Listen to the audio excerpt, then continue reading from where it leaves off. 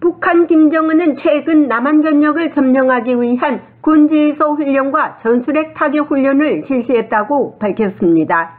김정은은 또한 북한 전술 핵무기 해군 배치를 실시했다고 알리면서 지난 24일 전술 핵무기 사용 실험을 해군 함정에서 직접 참관했다고 밝혔습니다. 그러면서 김정은은 북한군 사령관들에게 한국 육군본부의 설계도를 보여주면서 한국 군사령부를 초토화시키겠다고 위협했습니다. 오늘 펜타곤 브리핑에서 최근 북한이 군지휘소 훈련과 전술핵 타격 훈련을 실시한 데 대한 미국의 반응을 묻는 본 기자의 질문에 펜타곤 대변인 라이드 장군은 미국, 한국, 일본 그리고 이 지역의 다른 동맹국들 사이에서 미국은 침략을 억제하기 위해 계속해서 억제력에 초점을 맞출 것이라고 말했습니다. 그러면서 미국은 국가의 안전과 안보를 보장하기 위해 계속 동맹국들과 긴밀히 소통해 나갈 것이라고 라이드 대변인은 답변했습니다. 한편 김정은과 푸틴이 직접 무기 거래를 함으로써 북한과 바그너 그룹과의 무기 거래는 끝난 것이냐는 질문에는 바그너 그룹은 본질적으로 끝났기 때문에 거기에서 진행되는 협상이 많지 않다고 말하는 것이 꽤 안전하다고 생각한다면서 그러나 더 광범위한 문제는 바그너가 우크라이나에서의 작전을 지원하기 위해 일하고 있던 러시아 정부였다고 답변했습니다. 감사합니다, 장군님. 북한과 러시아에 대한 두 가지 질문입니다. 북한에서는 김정은이 남한 전역을 점령하기 위한 군지휘소 훈련과 전술 핵타격 훈련을 실시한다고 밝혔습니다. 이에 대한 귀하의 반응은 어떻습니까?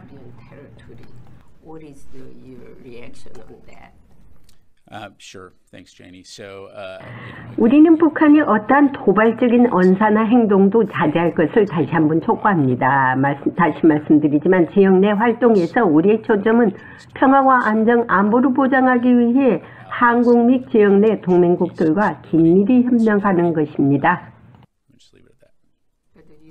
그렇지만 북한의 기습적인 도발이 걱정되지 않습니까? 다시 한번 말씀드리지만 미국, 한국, 일본 그리고 이 지역의 다른 동맹국들 사이에서 우리는 침략을 억제하기 위해 계속해서 억지력에 초점을 맞출 것입니다. 우리는 국가의 안전과 안보를 보장하기 위해 계속 긴밀히 소통해 나갈 것입니다. 러시아 문제입니다. 푸틴 러시아 대통령과 북한 김정은이 직접 무기 거래를 하고 있습니다. 프리고진의 사망으로 인해 바그너 그룹과 북한 간의 무기 거래가 끝났다고 생각하십니까?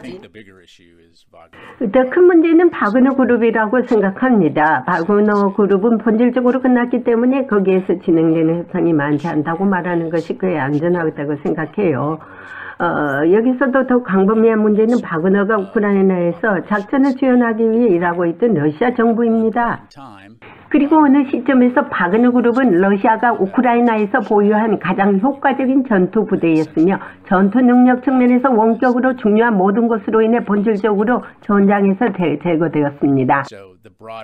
따라서 여기서 더 광범위한 문제는 러시아가 이란을 포함한 불황 정권을 찾아 추가 탄약이나 무기를 얻으려고 시도한다는 것입니다. 따라서 우리는 북한이 러시아와 협상을 하지 말고 우크라이나의 무고한 민간인을 죽일 수 있는 어떤 종류의 탄약도 제공하지 말 것을 다시 한번 촉구합니다. 북한 김정은은 남한을 침략할 전쟁 시나리오를 펼쳐놓고 하루가 멀다 하고 계속 미사일을 발사하고 있습니다. 러시아는 우크라이나 전쟁에서 사용할 무기를 북한뿐만 아니라 이란 등 불량 국가들과 무기 거래를 하고 있습니다. 북한의 탄도미사일 발사와 러시아와 북한과의 무기 거래는 유엔 안보리의 위반입니다. 유엔 안보리가 이 두 가지 이슈를 놓고 분명한 목소리를 내야 하는데 아직 그 역할이 미약할 뿐입니다. 이제 한미일의 독자적인 공조로 북한과 러시아의 잘못된 행동에 대해 실질적인 책임을 지게 하는 방법을 강구해야 할 때가 아닌가 생각해 봅니다. 펜타곤에서 보이스 오브 워싱턴 제니박입니다. 우리 공화당 조은진 대표님 반갑습니다. 반갑습니다. 예, 예, 여기 날씨가 좀 싸늘합니다. 예, 이제 오늘 아침에 날씨도 그렇고 구름도 완전 전형적인 가을 구름이네요. 네.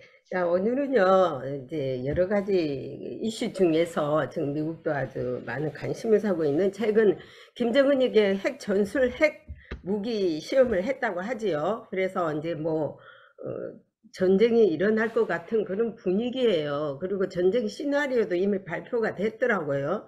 그러면 이것이 지금 한국에서는 어떤 대책을 세우고 있고, 이 민주당 아니, 민주야당 여당 다 어떤 지금 입장에 있습니까? 싸움할 게 아니라 전쟁 준비도 해야죠. 지금은 뭐 북한의 문제는 저는 지금 굉장히 심각하게 보는데 신냉전 시대 음. 오늘 뉴욕타임즈 한국 언론에서도 네, 이제 김정은이 이 조만간 블라디보스톡을 방문할 거다. 그렇죠. 예. 방문해서 이제 소련이 요구하는 탄약 네, 미사일 또 전차 뭐 이런 부분에 대한 공급 논의를 지난번에 국방부 장관이 러시아 국방부 장관이 북한 방문했지 않습니까? 네네. 이것을 논의를 하고 북한은 이제 자기들 필요한 핵 잠수함 음, 관련 미사일 발사대 뭐 이런 부분들을 요구를 하는 거 아니겠습니까?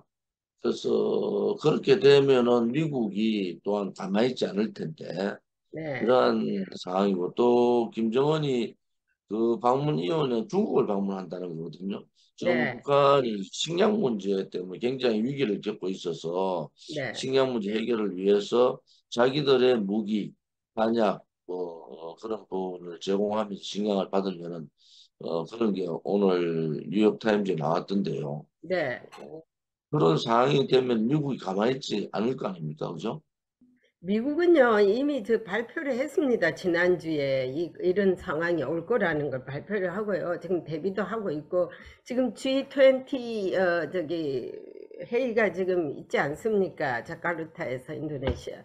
거기를 지금 바이든 대통령이 가거든요. 근데 이제 거기 가서 시진핑이랑 이렇게 좀 만나가지고 어떤 얘기를 조율을 하려고 그랬는데, 시진핑이 돌연 안 온다고 했거든요. 근데 시진핑이한테도 조금 건강 이상설이 좀 있기는 하더라고요. 어떤 연유인지 모르지만은 브릭스 회의도 안 나타나고요. 그렇기 때문에 그 사람한테서 좀 어떤 건강적인 문제가 있지 않는가 이런 회의들 안 나온 거. 지금은 중국의 국내 상황이 굉장히 그 민감한 상황입니다. 왜냐하면은 중국 경제가 지금 거의 미국의 경제 봉쇄 때문에 추락하고 있고, 중요한 건 중국은 이제 이 대학 졸업생들에 대한 취업 문제, 이제 이게 그 공산 국가니까 취업을 시켜줘야 될 의무가 있고, 또 하나는 민공이라고 시골에서 대도시로 왔는 한 3억 명 정도 되는 음.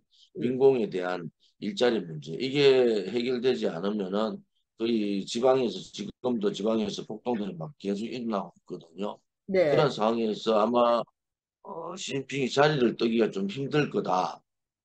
그런 상황입니다. 그래서 지금은 러시아도 국내적으로 프리고진 그런 부분 뿐만 아니고 중국도 중국의 경제 추락으로 인한 국민들의 반감 뭐 이런 상황에서 이제 소위 한국 한미일 연대에 준하는 북한으로 봐서는 중국과 러시아의 삼국 동맹 이런 부분들이 굉장히 대립을 할 가능성이 높고 그 네. 대립에 의해서 북한의 김정은이 지금 굉장히 식량난 때문에 국내에서 반발이 심하기 때문에 그 자기들의 그 내부 반발을 돌리기 위한 그러한 도발이 있을 가능성이 굉장히 있습니다. 북한과 러시아는 뭐 이미 우리가 다 미국도 예상하고 있던 일들을 지금 하고 있거든요. 이미 정승적 날 이미 뭐 중국 뭐 러시아 뭐 데려다 놓고 뭐 전시회도 하고 야단을 벌써도 했기 때문에 그거는 뭐 새로운 것이 아니라고 보지만은요. 지금 북중러가 지금 연합훈련을 지금 한다고 했지 않습니까? 그것도 이제 이미 뭐 중국과 러시아는 연합훈련을 자주 하고 있었어요. 아시다시피.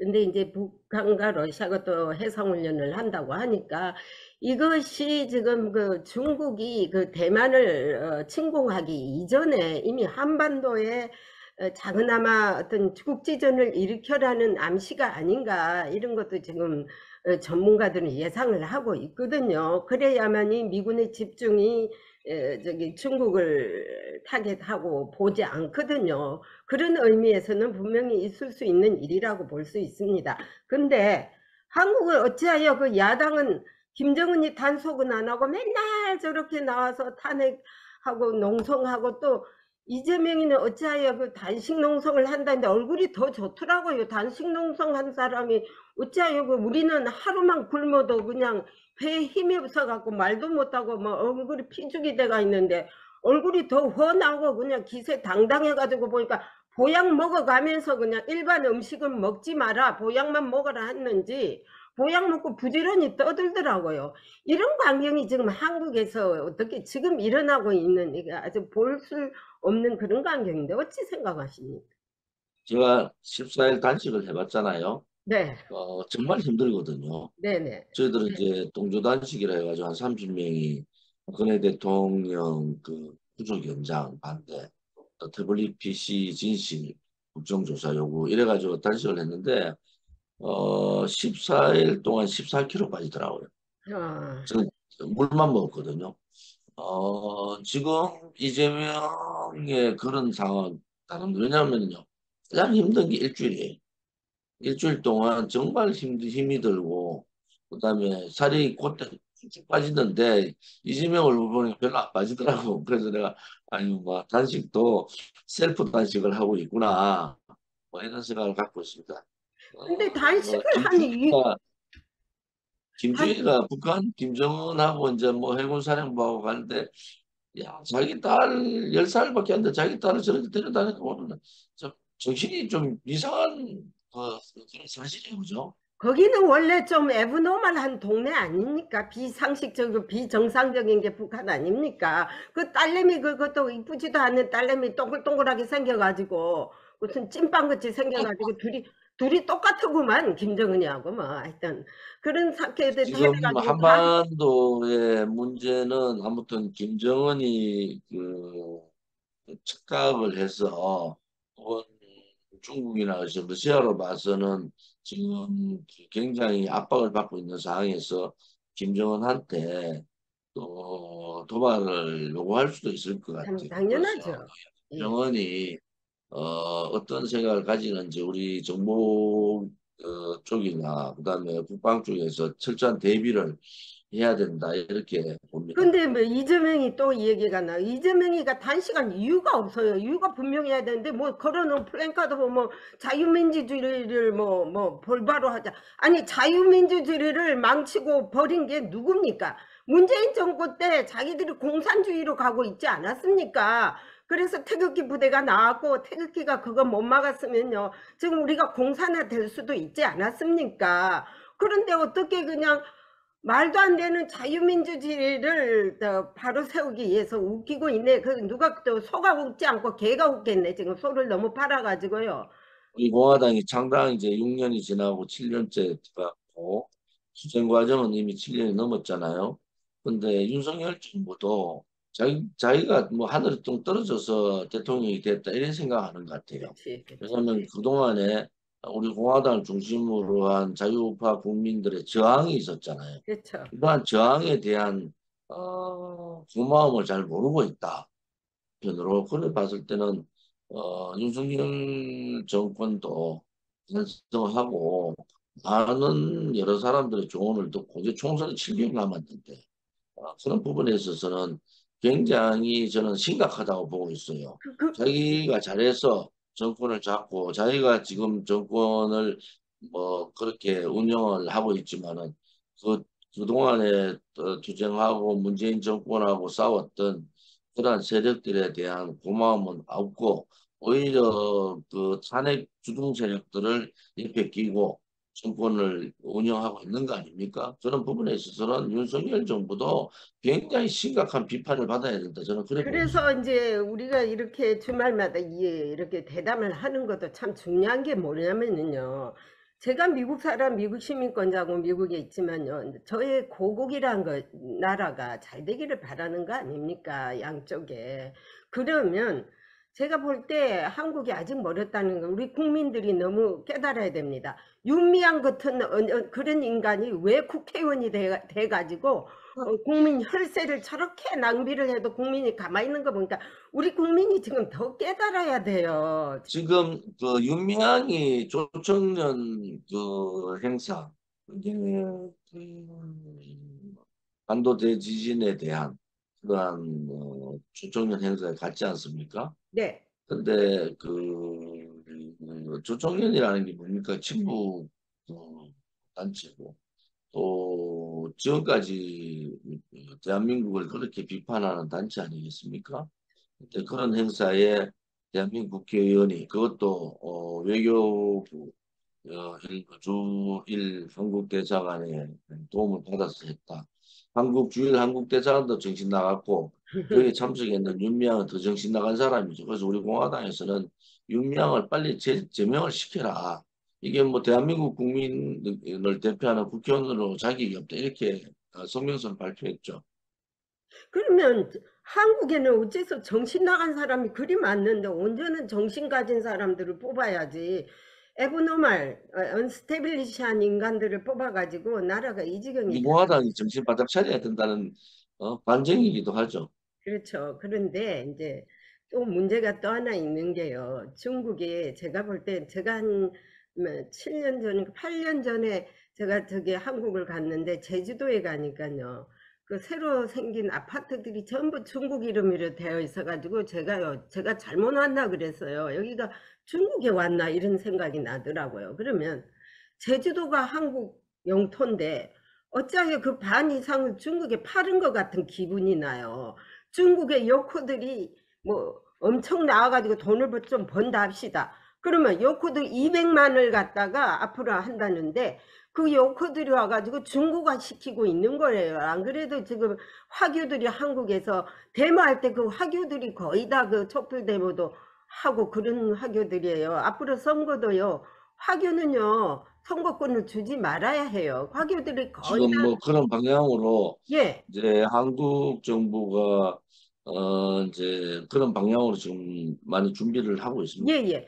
왜냐면은 중국 화교들은 한국에 살지만은 모든 그 지령을 갖다가 중화민국, 그러니까 중국에서 받아서 하기 때문에 몸만 거기에 있는 거예요. 그렇게 되면은 한국이 앞으로 공산화되기가 완전히 그냥 시간 문제예요. 이것들은 중국 뗀 놈들이 일어나면 조선족 플러스 중국들이 죄송합니다. 제가 그 사람들 기질을 제가 볼 때요.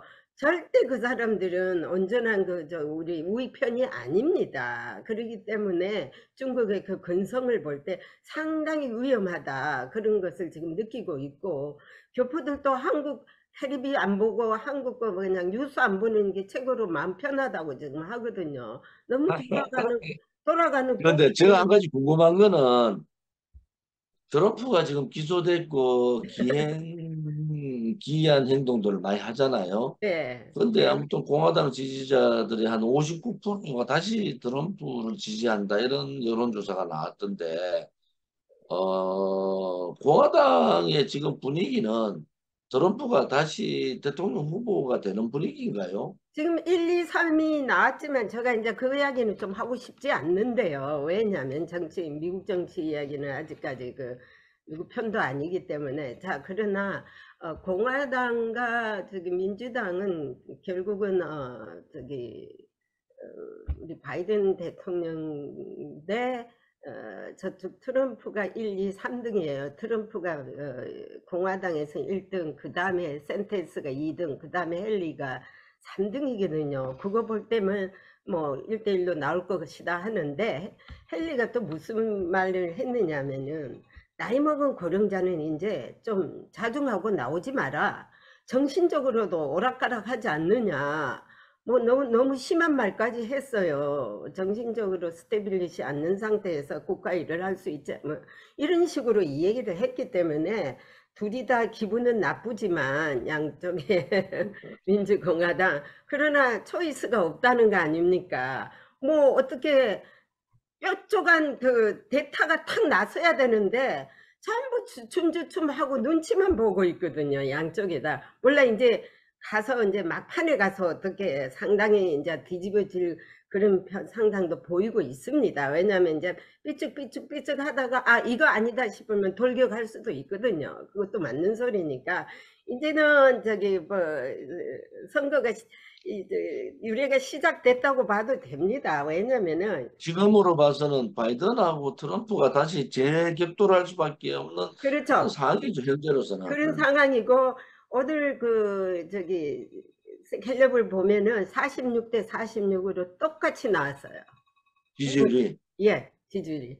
그래서 이거 상당한 재밌게 지금 흘러가고 있는데 또 이제 문제는 트럼프 이번에 기소돼 가지고 벌금 내고 교도소 하루 머그샵 한 거 그것이 과연 다음 대통령도 나올 수 있는 자격이 있느냐는데 그거 자세히 들어보면은 그런 상황에서는 자격이 있을 수 없다라고 또 나왔대요. 세부적인 상황.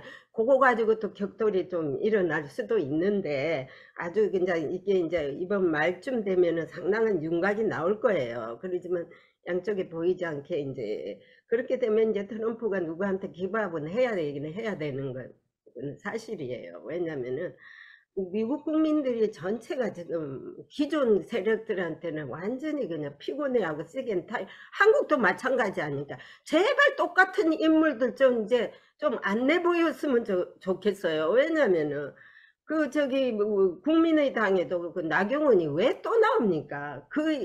근데 이 정치인들은 자기 도치에 사는 것 같아. 자기가 없으면 안 되고 모든 국민들이 자기를 나오도록 바라는 것 같고 자기를 지지하는 것 같지만은 그거는 a few, 그거는 상당한 몇 명이 자기 지지자들일 뿐이지 국민 전체가 아니라는 거거든요. 그러면요 다른 사람한테 국민들의 인식도 뭐 국민의힘 빨간색이나 민주당 파란색만 공천받으면 찍어주잖아요. 이제 그렇죠. 국민들이 그 올바른 선택을 할 필요가 있다. 정말 국가를 위해서, 국민을 위해서, 또 양당의 그런 오만한, 부패스러움, 또 무능한 그런 양당에 대한 비판 견제를 국민들이 해주셔야 되잖아요. 미국도 뭐 그런 경우가 있지만 여기 대한민국은 무조건 양당만 공천받으면 막 찍어주는 그런 지역주의도 있기 그렇죠. 때문에 예. 이번 국회의원 선거가 그런 거를 좀 탈피해서 실질적으로 국민을 위한 사람이 누군가, 실제로 대한민국의 현재와 미래를 이끌어갈 사람이 누군가 그렇죠. 하는 부분에 대한 선택이 대단히 필요하다.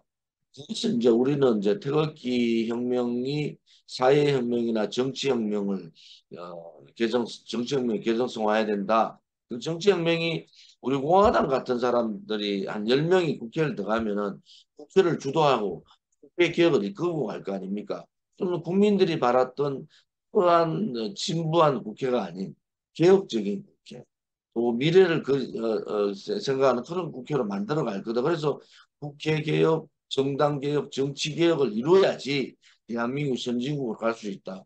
우리 공화당 이번 총선은 그런 대한민국의 미래를 대한민국의 선진국을 담보해주는 총선이 될 거냐?